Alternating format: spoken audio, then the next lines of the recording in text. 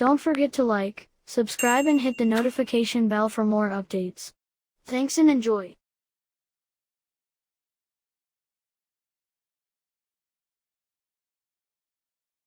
Kabanata 241. Napatingin si Natalie kay Levi na may kakaibang mga mata. Huwag mong tingnan, kahit gaano ka pa kaganda, hindi kita magugustuhan. Lumapit si Levi. Ngumisi si Natalie, okay, hindi kita tatanggihan, ikaw talaga ang boss noon. Hindi nila ito kinuha bilang parehong bagay. Akala ko nagbibiro si Levi. Sa mga susunod na araw, nasa tamang landas ang karera ni Sarah, at malapit nang magtayo ng bagong kumpanya. Si Natalie ay ganap ding isinama sa Eric Group at iniharap ang unang plano, ang pagtatayo ng bagong pabrika. Bagamat may pabrika ang Garrison Group dati, ang sukat ay masyadong maliit. Upang palitan ang Case Chamber of Commerce, dapat itong palawakin. Iminungkahi ni Natalie na pumili ng isang bagong lokasyon upang magtayo ng isang medikal na pabrika. Sa Eric Group, nagbigay ng thumbs up si Alton kay Natalie, sobrang pinahahalagahan ka ng boss. Sinabi niya na ang pamamaraang ito ay napakahusay. Susunod, pipiliin mo ang lokasyon at kagamitan at ibibigay ito sa kanya. Punta ka sa production. Okay, naiintindihan ko. Mukhang excited si Natalie. Ito ay pinuri pagkatapos ng lahat. Ang misteryosong big boss pa rin. Ha? Levi, sabi mo mababa ang tingin sa akin ng amo, tingnan mo kung gaano niya ako pinahahalagahan ngayon. Sa pag-iisip nito, nagtanong si Natalie, Mr. Graham, kailan ko makikita si boss? Ngumiti si Alton, huwag kang mag-alala, makikita kita kapag gusto kang makita ng amo. Mas maraming inaasahan si Natalie para dito. Gusto niyang habulin ang amo. Upang mapili ang site at makabili ng kagamitan, ginawa ni Levi ang kanyang sariling gawain sa mga araw na ito. Magkikita lang kami ni Sarah sa gabi. Si Sarah ay napaka-curious, at tinanong kung bakit. Sinabi ni Levi na nakahanap na siya ng trabaho. Tuwang-tuwa si Sarah, basta self-motivated si Levi, makukontento na siya. Kuwait, alam din ng Case Chamber of Commerce ang mga aksyon ng Eric Group. Ha? Ang Eric Group na ito ay gusto pang magtayo ng bagong pharmaceutical factory. Anong qualifications meron siya? Nangangako ako na ang Eric Group ay hindi makakagawa ng isang site, huwag maniwala na maghihintay sila. Si Bai Chingfeng, isa sa 8 direktor ng Case Chamber of Commerce, ay direktang nagbitaw ng malupit na mga salita. Matapos ang ilang araw ng abalang trabaho, sa wakas ay nakahanap ng bagong address si Eric Group. Dati ay napakalaking pagawaan ng damit, na matagal nang inabandona. Gayunpaman, lahat ng aspeto ng sukat at lokasyon ay nakakatugon sa mga pamantayan ng Eric Group Pharmaceutical Factory. Nagbayad na ang kumpanya ng deposito na 50 milyon, at ngayon ay opisyal na itong pumirma ng kontrata para bilhin ito sa presyong 200 milyon. Dumating si Levi para pirmahan ng personal ang kontrata. Dumating dito kanina ang executives ng Eric Group. Sumunod naman sina Levi at Wesley. Halika sa opisina. Maraming tao sa loob nito. Nakaupo sa upuan ang isang nasa katanghaliang gulang na lalaki na may Mediterranean na hairstyle. Napakayabang nga lang nitong lalaking ito, nakasandal sa upuan, 2 paa sa desk, may hawak pang sigarilyo sa bibig, mukhang mapanghamon. 100 tao ang nakatayo sa likuran niya, matangkad, na may mabangis na mukha. Ipinakilala ni Hitian-Tian, Mr. Garrison, hayaan mo akong ipakilala, ito si Dong Dai, ang may-ari ng Shanfa Garment Factory. Nang marinig ito, tumango si Levi kay Dong Dai, hello, I am here to sign the contract in behalf of Eric Group. It's just that Dong Dai shook his legs on the desk and smoked to himself, hindi pinapansin si Levi. Mukhang malungkot si Wesley, at nang maglilinis na sana siya, iwinagayway ni Levi ang kanyang kamay.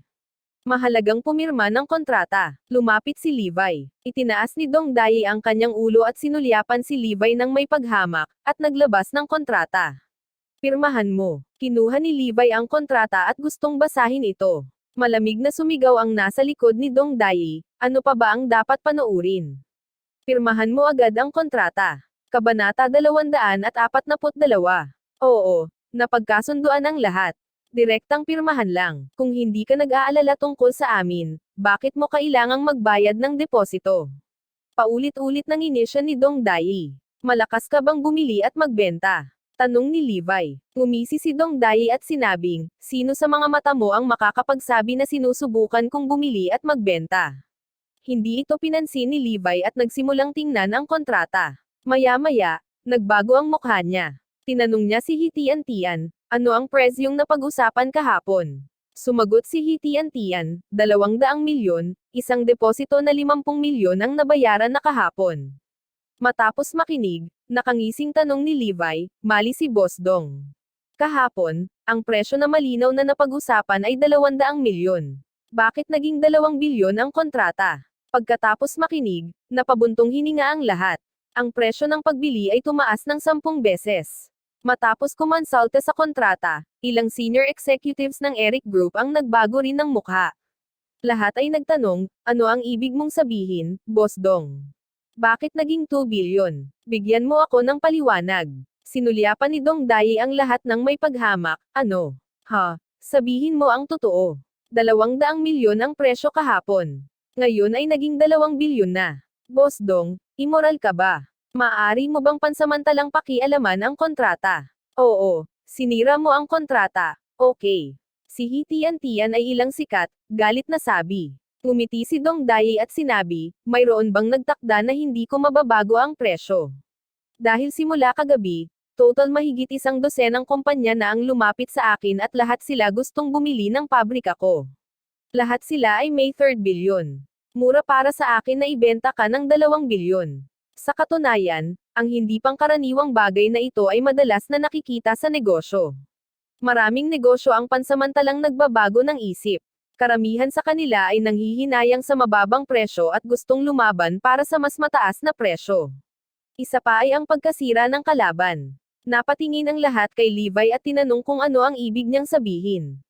Ngumiti si Levi, kung ganoon, ibalik sa amin ang deposito at hindi namin ito bibilhin. Ang ganitong uri ng pabrika ay hindi mahirap hanapin. Hindi magbibigti si Levi dito. Si Hitian-Tian, na namamahala sa pananalapi, ay nagsabi, kung gayon Boss Dong, pakibigay sa amin ang 50 milyong deposito, tama ba? Dahil dito, tumangala si Dong Dai at nalilitong nagtanong, anong deposito? Bakit hindi ko alam? Matiyag ang ipinaliwanag ni Hitian-Tian, kahapon ay nakipag-usap kami ng pakikipagtulungan sa iyong kumpanya at nagbayad muna kami ng deposito na 50 milyon. Nandyan na lahat ang mga resibo. Nagpanggap si Dong Dai na tanga at natigilan, may iba pa ba? Ano? Hindi mo inaamin. Si Hitian-Tian ay nanginginig sa galit. Hindi naman sa hindi ako umaamin, hindi ko alam kung ano ang nangyayari. Tingnan mo lang, may mga taong nag-usap tungkol sa pakikipagtulungan sa iyo kahapon. Tanong ni Dong Dai. Tumingin si Hitian-Tian, at gaya ng inaasahan, wala sa mga taong tumatalakay sa kontrata kahapon ang naruroon. Niloko ka. Matagal nang nagsara ang aming pabrika. Ang ilang mga tao ay pansamantalang manggagawa sa aming pabrika. Dapat ay ninakaw nila ang selyo ng aming kumpanya at pumirma ng prepaid na kontrata sa iyo, at tinakasan nila ang iyong pera. Kung gusto mo ng pera, hahanapin mo silang pumunta, wala itong kinalaman sa akin. Sinabi ito ni Dong Dai. Natigilan ang lahat ng naroon. Una, binago ang presyo ng kontrata mula 200 milyon hanggang 2 bilyon. Kaagad pagkatapos, kahit ang deposito ay delinquent. Lahat ay nagtrabaho ng higit sa 10 taon, 20 o 30 taon. Ito ang unang pagkakataon na nakakita ako ng gayong kawalang ingat. Bastos. Tumawa si Levi. Ngumiti siya at nagtanong, Dong Dai, tama ba? Kaya wala kang planong ibalik ang 50 milyon. Kabanata 243. Ibinaba ni Dong Dai ang kanyang mga paa, umupo ng tuwid, at tumingin kay Levi na tumatawa, ano ang ibig mong sabihin, bata? Ano ang ibig mong sabihin sa hindi pagbabayad ng pera? Ang pera ay wala sa aking mga kamay. Anong kailangan mo sa akin? Ang pagsuko ni Dong Dai ay ikinagalit ng lahat. Kung hindi ka pumirma sa kontrata, umalis ka na lang. Hindi kita tinatanggap dito. Halika, tingnan mo. Malamig na sabi ni Dong Dai. Ang 10 malalaking lalaki sa likod niya ay humakbang pasulong at tinulak si Hitian-Tian at iba pa. Mahigit 20 tao ang pumasok mula sa labas, na may hawak na mga club, at hindi sila mabait sa unang tingin. Itong si Dong Dai ay nagsimula bilang isang gangster. Pagkatapos kumita ng kanyang kapalaran sa isang pabrika ng damit, Nagpalaki siya ng isang grupo ng mga thug at isang kilalang lokal na Panginoon. Maraming karibal sa negosyo at kasosyo ay hindi kakaunti na sinira ni Dong Dai, at maging ang mga miyembro ng kanilang pamilya ay kailangang parusahan. Kaya maraming tao ang natatakot kay Dong Dai. Ibig sabihin, naglakas loob ang Eric Group na makipagtulungan kay Dong Dai, ngunit ang iba ay hindi nang ahas. Sa katunayan, ang halaman na ito ay nagkakahalaga ng hanggang 50 milyon. Ang hiling ni Dong Dai para sa 200 milyon ay bukas na bibig ng leon. Ngayon ay nagkakahalaga ito ng higit sa 20 bilyon. Bilisan mo. Kung hindi, ang iyong mga binti ay maaantala. Nagsimulang takutin ng mga tulisan na ito si Hitian-Tian at iba pa. Kung saan man nakakita ng ganitong eksena ang mga white-collar worker na ito, lahat sila ay natatakot. Ngunit si Levi at Wesley ay nakatayo pa rin sa bukid. Tanong ni Levi, binibigyan ka ni Dong Dai ng pagkakataon, sabihin mo na. Tumayo si Dong Dai at nagbanta, hindi pa lalabas ang bata, di ba? Kailangan mong hayaang tanggalin ko ang iyong mga braso at binti bago ka umalis, tama ba?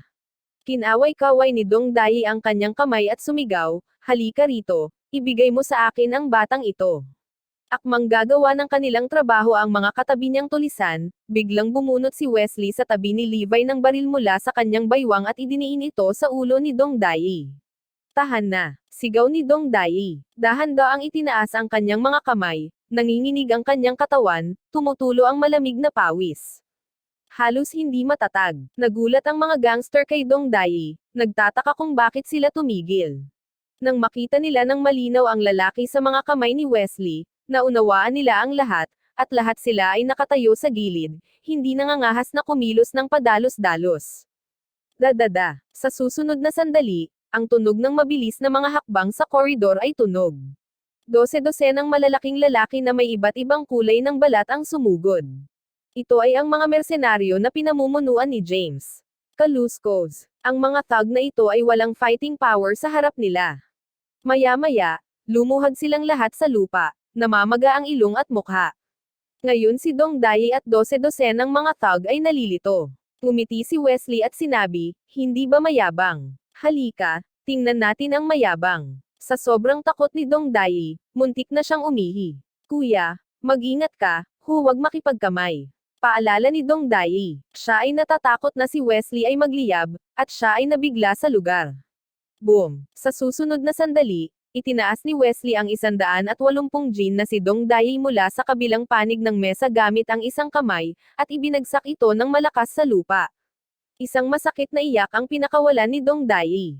Tinapakan ni Levi ang paa niya, at napasigaw si Dong Dai. Ngayon ko lang nakitang nakakross ang mga paa mo ng napakataas. Ayaw mo ba? Napangiti si Levi. Hindi. Hingal na hingal si Dong Dai sa sakit.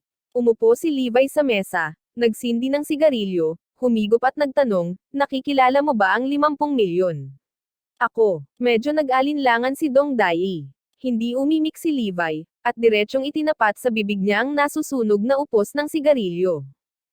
Parang baboy na tumili si Fatty Dong. Inaamin ko. Sigaw ni Dong Dai. Kabanata 244. Okay. Hayaan mo akong tanungin kapansamantalang baguhin ang presyo at mawala ang 50 milyon, sino ang nagtulak sa iyo na gawin ito? Tanong ni Levi. Umiling si Dong Dai, hindi. Ang bagay na ito ay sarili kong gawain, at wala itong kinalaman sa ibang tao. Ngumiti si Levi, at kumaway siya kay James, nabalitaan ko na mayroon kang isang hanay ng mga nagtatanong, ipaalam sa akin. Naiintindihan mo, Mr. Garrison. Humakbang si James at ngumiti kay Dong Dai na parang demonyo, ipinakita ang kanyang mapuputing ngipin, huwag kang mag-alala, hindi masakit. Wow! Casual na binuksan ni James ang isang bitbit na bag na may lahat ng uri ng kutsilyo sa loob nito, na tila tumutulo. Kinuha ni James ang isang maliit na kutsilyo at nakangiting sinabi, Mr. Garrison, gagamit ako ng kutsilyo para tanggalin ang kanyang mga kuko at mga kuko sa paa. Sa sandaling sinabi niya ito, naramdaman ni Dong Dai ang pagputok ng sakit sa kanyang puso. Tapos, sabi ko, nasa kalagitnaan pa lang si James nang harangin siya ni Dong Dai. Sabi ko, si Bai Chingfeng, isa sa 8 direktor ng Cashier Chamber of Commerce, ang humiling sa akin na gawin ito. Sa madaling salita, sa lahat ng gastos, kung hindi ko ibebenta sa iyo ang lugar na ito, kailangan kitang dayin. Sinabi ni Dong Dai ang lahat. Napakahusay, Case York Chamber of Commerce. Ang mga mata ni Levi ay nahulog kay Dong Dai. Paano ngayon, maaari mo bang ibenta sa akin ang halaman na ito?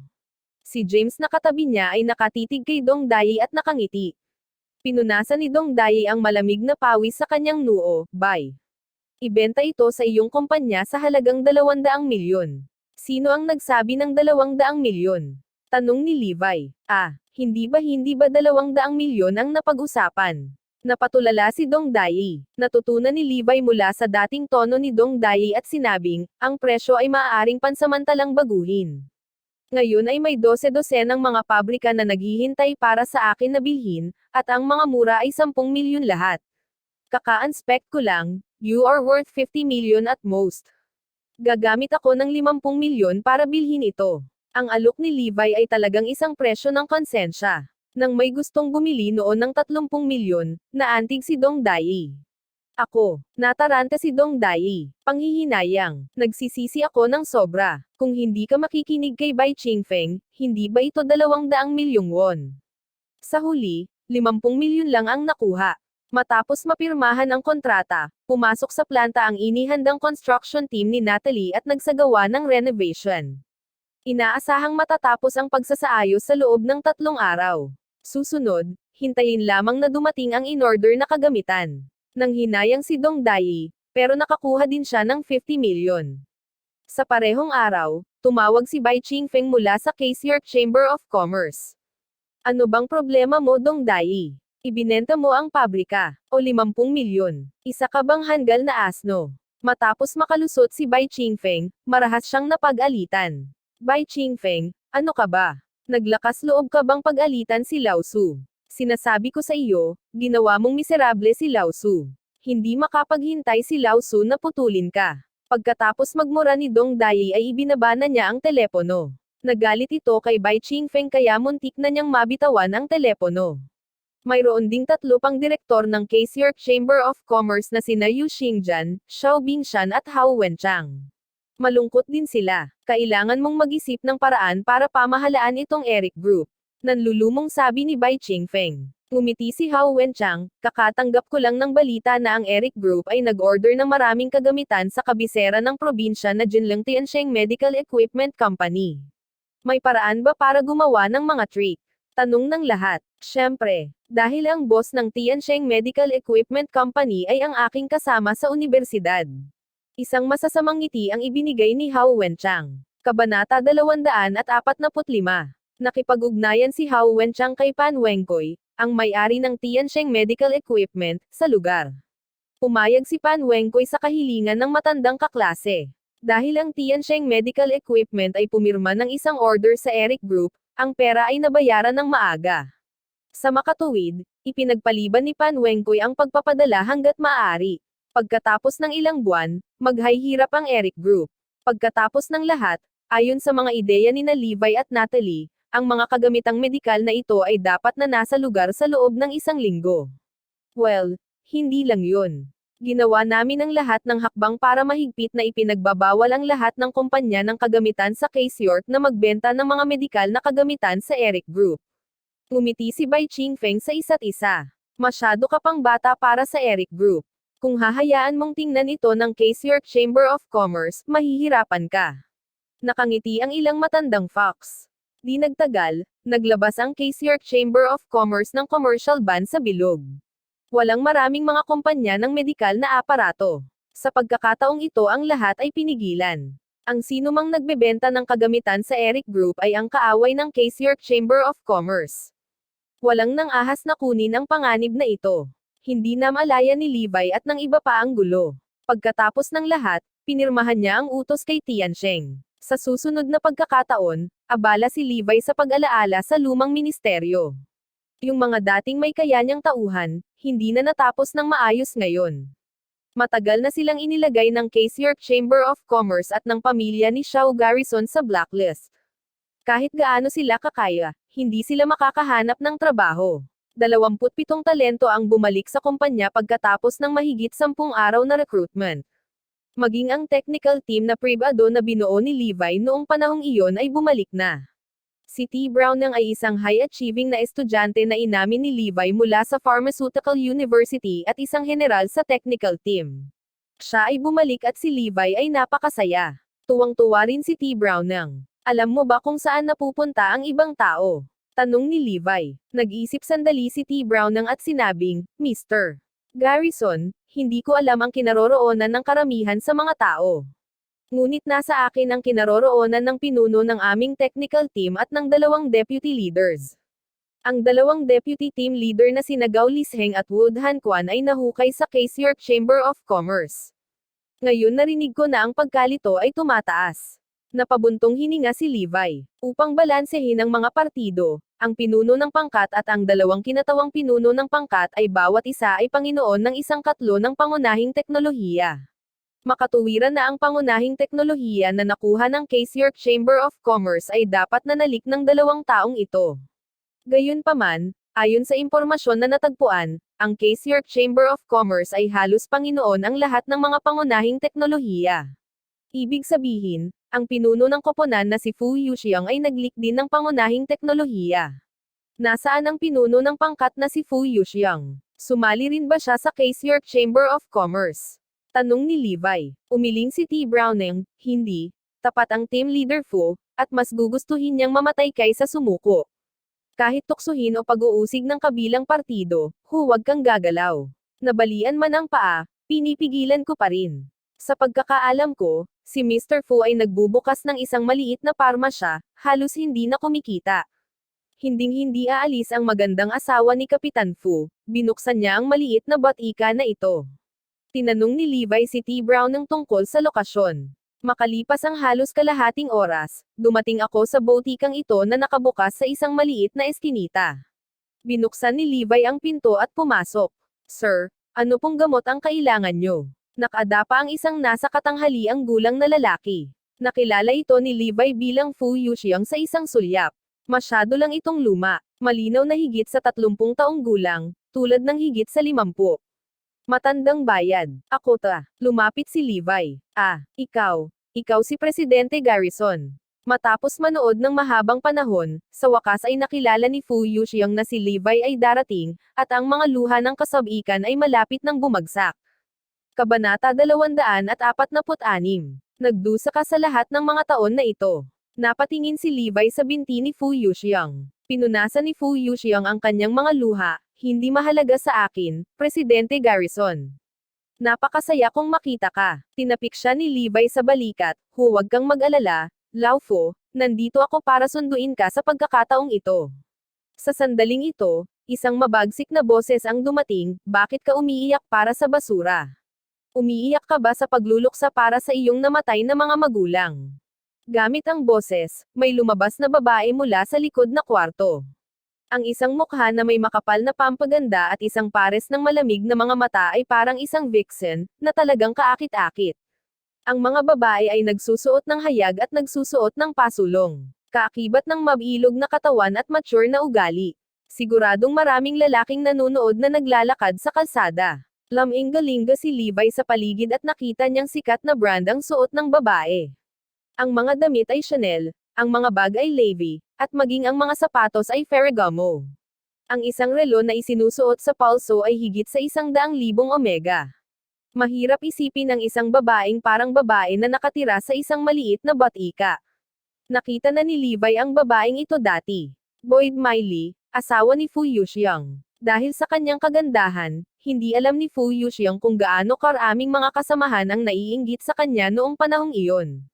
Napakabait ni Fu Yuxiang sa kanyang asawa. Lahat ng sahod ay ipinasa. Mas gugustuhin kong kumain ng instant noodles at steamed buns mag-isa, ngunit kunin din ang aking asawa upang kumain ng 10,000 sa isang pagkakataon. Tinitigan ni Boyd Miley si Levi, natigilan siya ng ilang segundo.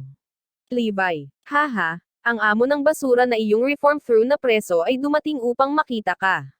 Lahat ba ng basura ay pinagsama-sama? Tumawa tuloy si Boyd Miley. Ang mukha ni Fu Yuxiang ay naging itim. Nagmamadali niyang sinabi, maingat na magsalita ang asawa, ito ang amo ko. Fu Yuxiang, ano ang ibig mong sabihin ng basura? Ang lakas ng loob mong harapin ako. Nagalit si Boyd Miley at hindi napigil ang sumigaw.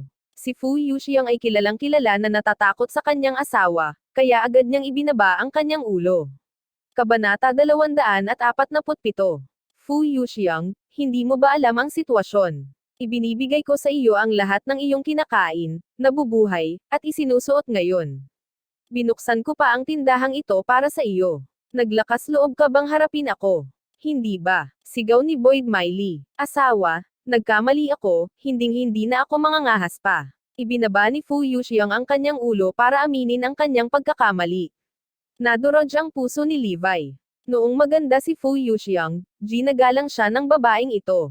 Ang sabaw ay ihahatid ng personal sa tanghali. Ngayong wala na si Fu Yuxiang, ganito ang trato sa kanya. Sumulyap si Boyd Miley kay Levi at nginisyan si Fu Yuxiang, bakit ko kayo ipagkalat ng ganoong basura? Noon, para sa kriminal na ito sa reforma sa paggawa, ayaw mong magtrabaho kasama ng mga taong may sweldong 10-10 milyong taon. Ngayon ay titingnan mo sina Gao Lisheng at Wu Han lahat magkahalo ano ito. Ang dalawa ay kumikita ng 20 milyon sa isang taon. Magmaneho ng marangyang kotse at manirahan sa isang marangyang bahay. Ikaw naman, tumira sa basurahan na ito. Humingi ng tawad si Fu Yuxiang, kasalanan ko ang lahat ng asawa ko. Isa akong basura, at wala itong kinalaman kay Mr. Garrison. Mga basura kayong lahat. Sa sandaling ito, may tumunog na busina sa labas ng Batika. 1 milyong Mercedes-Benz pala ang nakaparada sa labas. Paglabas ng kotse, isang tao, na nakasuot ng suit at sapatos, ay isang elite ng shopping mall. Miley, bakit ka nag-iwas? Matagal na akong naghihintay. Kasunod ng tunog, dumating ang lalaki sa Batika. Natigilan siya nang makita si Levi. Dahil ang taong ito ay si Gao Lisheng, ang deputy leader ng isa sa mga traidor. Nag-leak ng isang katlo ng pangunahing teknolohiya ng Garrison Group. Oo, hindi ba ito may kapansanan na si President Garrison? Sa wakas nakalabas ka na sa kulungan. Sinabi mo sa akin kanina, sasanduan kita. Ngumiti si Gao Lisheng. Kabanata 248. Sinulyapan niya ang mga binti ni Fu Yuxiang at ngumiti, Mr. Garrison, ikaw ay may kapansanan, at si Fu Yuxiang ay may kapansanan din. Talagang hindi pinaganya ang pagsama-sama. Glock. Oo, baldado. Walang tigil na humadjijek si Boyd Miley. Sinabi ni Levi, bakit napakabaho ng iyong bibig? Hindi nasiyahan si Gao Lisheng nang marinig niya ito, at itinuro ang ilong ni Levi at sinabing, Levi 6 na taon na ang nakakaraan sinabi mo sa akin iyon at nakilala ko ito. Pero ngayon, ano ka ba? Ang lakas ng loob mong sabihin yan sa akin. Gusto mo na bang mamatay? Walang malay na umungal si Fu Yuxiang, ano ka Gao Lisheng? Naglakas loob kang sabihin iyon kay Pangulong Garrison. Itinuring ni Fu Yuxiang si Levi bilang kanyang benefactor, walang sino man ang makakasira sa kanya. Napakagaling ni Fu Yuxiang. Naglakas loob ka bang kausapin ako?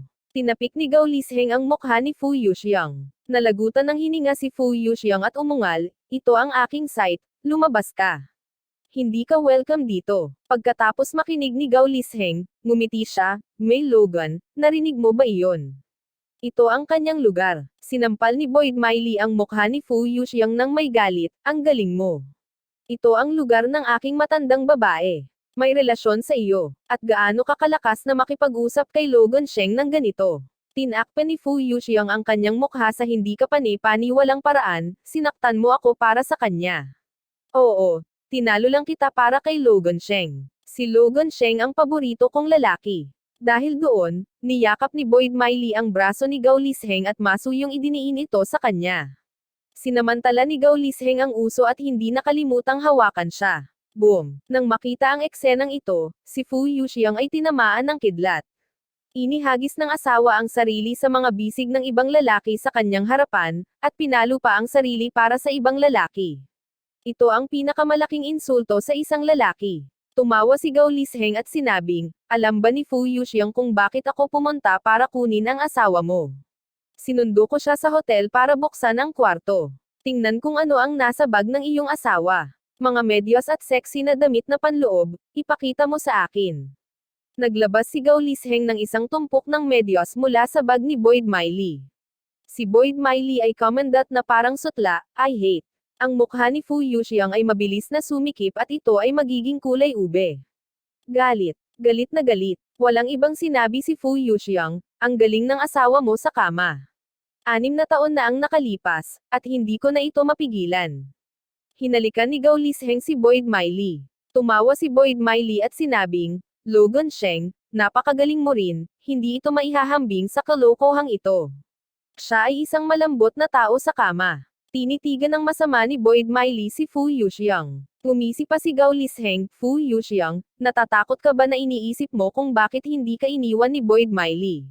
Iyon ay dahil ang pangunahing teknolohiya sa iyong mga kamay ay hindi pa nakukuha.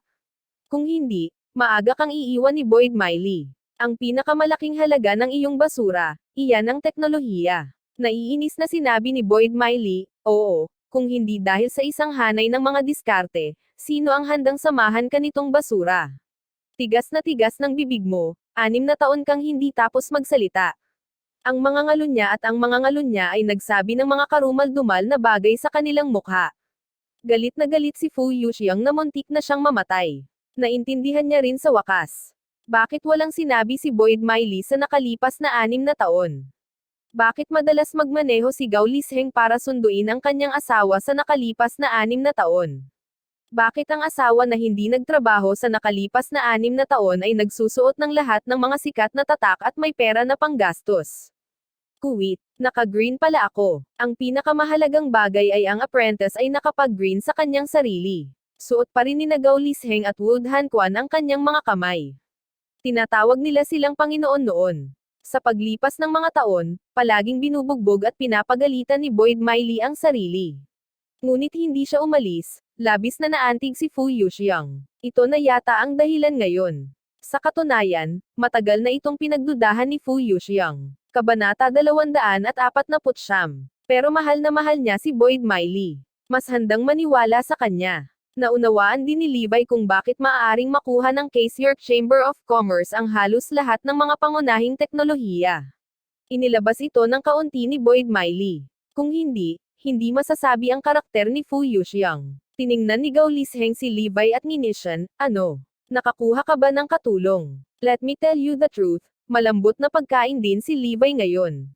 Siya ay katulad mo, kayong lahat ay may kapansanan. Si Boyd Miley ay mukhang mabangis, dahil nagsalita na si Fu Yuxiang, maaari kang makaalis dito. Ito ang aking lugar. Niyakap ng mas mahigpit ni Gao Lisheng si Boyd Miley, oo, wala nang halaga ang basurang ito ngayon. Sinabi sa iyo ni Fu Yuxiang na bumili ako ng 2 bahay at 2 sasakyan para sa sweldong ibinayad mo sa akin noon. Ngayon ay pinipilit mo lang ang isa, at gusto mo akong guluhin. Kwalipikado ka ba? Paulit-ulit nang inisya ni Boyd Miley. Ngumiti si Gao Lisheng, Fu Yuxiang, hayaan mong sabihin ko sa iyo ang isa pang sikreto, hindi lang ako ang berde. Maraming tao sa Case York Chamber of Commerce ang natulog sa iyong asawa at nagsabi na ang iyong asawa ay may mahusay na mga kasanayan. Inaaway kita. Nagmamadaling umakyat si Fu Yuxiang na may mapupulang mga mata at mga pasa sa mukha. Boom! Si Fu Yuxiang, nakalaban ni Gao Lisheng, ay sinuntok pabalik. Nang may gagawin si Gao Lisheng, hinawakan ni Levi ang kanyang palso. Sa isang mahinang pagtulak ni Levi, umatras si Gao Lisheng para sa maraming hakbang. Ang kanyang ideya ay bigyan ng leksyon si Fu Yuxiang sa nangangalunya at nangalunya. Kaya hindi siya gagawa ng hakbang ngayon. Sa oras na ito, itinapon ni Boyd Miley ang lahat ng bagahe ni Fu Yuxiang. Kunin mo ang mga basurang ito sa iyo, hanggang saan ka makakaalis. Si Fu Yuxiang ay walang awa na itinaboy ng kanyang asawa. Dumudugo ang puso niya. Nagsumikap ako ng maraming taon upang hayaan si Boyd Miley na mamuhay ng magandang buhay. Ngunit nagsinungaling si Boyd Miley sa kanyang pera at tinalikuran ang sarili, at itinaboy ang sarili. Tiningnan ni Fu Yuxiang ang mga ngalunya at mamamatay tao. Sa sobrang galit niya ay nanginginig ang katawan niya. Tinanong ni Levi si Fu Yuxiang, Lao Fu, gusto mo bang tapakan ang mga ngalunya at mga ngalunya? Hayaan mo silang tingnan ka. Sa tingin ko, gusto mo bang magtapat ang mga ngalunya sa lupa? Miss na kita. Gusto mo bang lumuhad sa harap mo ang mga nangangalunya para magpatawad? Miss na kita. Kung bibigyan kita ng pagkakataon ngayon, gusto mo ba? Tanong ni Levi. Payag ako. Umungol si Fu Yuxiang, kahit nalabanan ko ang lumang buhay na ito, kailangan kong gumawa ng ilang mga tagumpay. Gusto kong pagbayaran ng dalawang asong ito ang halaga. Ang puso ni Fu Yuxiang ay nanlamig, at ang kanyang puso ay malupit. Well, ikaw ay magiging empleyado ko mula ngayon. Lumapit si Levi. Hahaha, narinig mo ba si Lisheng? Babayaran ba nila tayo? Tumawa si Boyd Miley. Samandal sigaw Lisheng sa harap ng Mercedes-Benz at nginisyan, Fu Yuxiang, tanga ka talaga. Binibigyan ka ni Levi ng pagkakataon. Wala na siya ngayon, ano ang magbibigay sa'yo ng pagkakataon? Nakakatawa talaga. Ngumiti rin si Boyd Miley at sinabing, oo, brain dead talaga. Si Levi, na may kapansanan pagkalabas pa lamang niya sa kulungan, sa tingin mo ba siya ang amo ng Eric Group? Pangarapin mo. Tinitigan ni Fu Yuxiang ang dalawa na may pulang mata at sumigaw, naniniwala ako kay G. Garrison. Tiyak na bibigyan niya ako ng pagkakataong makaalis. Magbabayad kayong dalawa. Well, maghintay tayo. Ito ay katawa-tawa, may mga taong hanggal. Sa harap ni Fu Yuxiang, sumakay ang dalawa sa kotse at umalis.